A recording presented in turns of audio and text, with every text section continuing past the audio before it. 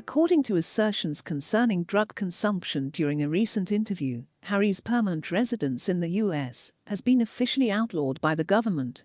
Either the ginger-haired man lied on government documents to obtain permanent residence in the US, or he is deceiving the public about his use of psychedelic drugs. Indeed, including drugs in immigration is prohibited. All he needs to do is visit one of those mental health facilities in California and administer ketamine intravenously.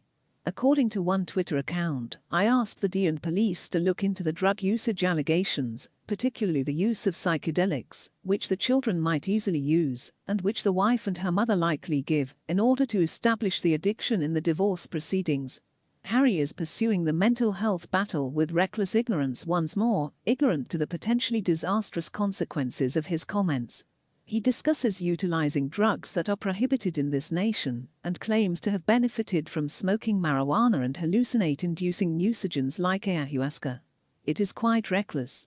Harry obviously does not comprehend the severe harm that these drugs may cause to the users, harm that I frequently observe on the wards of mental health hospitals. We may safely overlook him if he is connected to any other celebrities.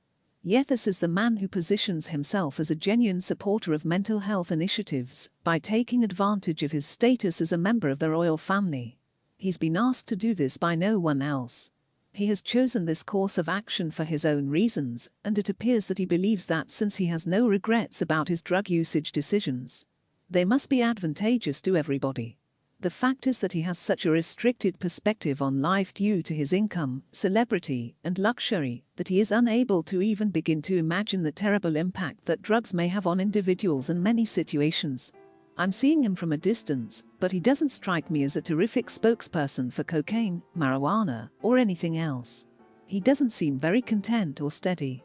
Looking at the recent results of his life, he has left his own country, severed ties with family members, appears to be estranged from his friend back home, and no longer has a career in the army.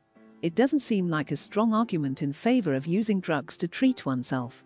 At most, we may argue that he can consider himself very fortunate if drug usage has not exacerbated his mental health issues. With his own brain, he's been playing Russian roulette, and if he came out alive, he's a lucky man.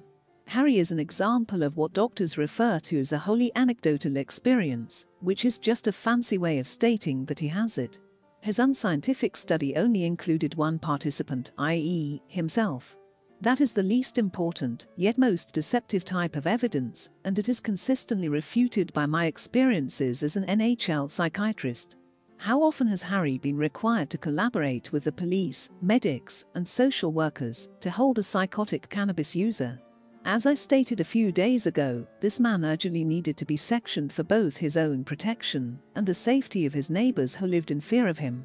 Of course, not everyone who uses drugs will get a psychotic disorder, but it is a serious risk that has been shown. One issue Harry neglected to bring up during his weekend meeting with trauma therapist Gaber Mate, where tickets to a livestream event cost £19. A book of Harry's autobiography was included with the cost. The chance of developing schizophrenia or having a psychotic episode is doubled with frequent marijuana use, according to research from the Royal College of Psychiatrists, and these concerns are especially pronounced in younger youth.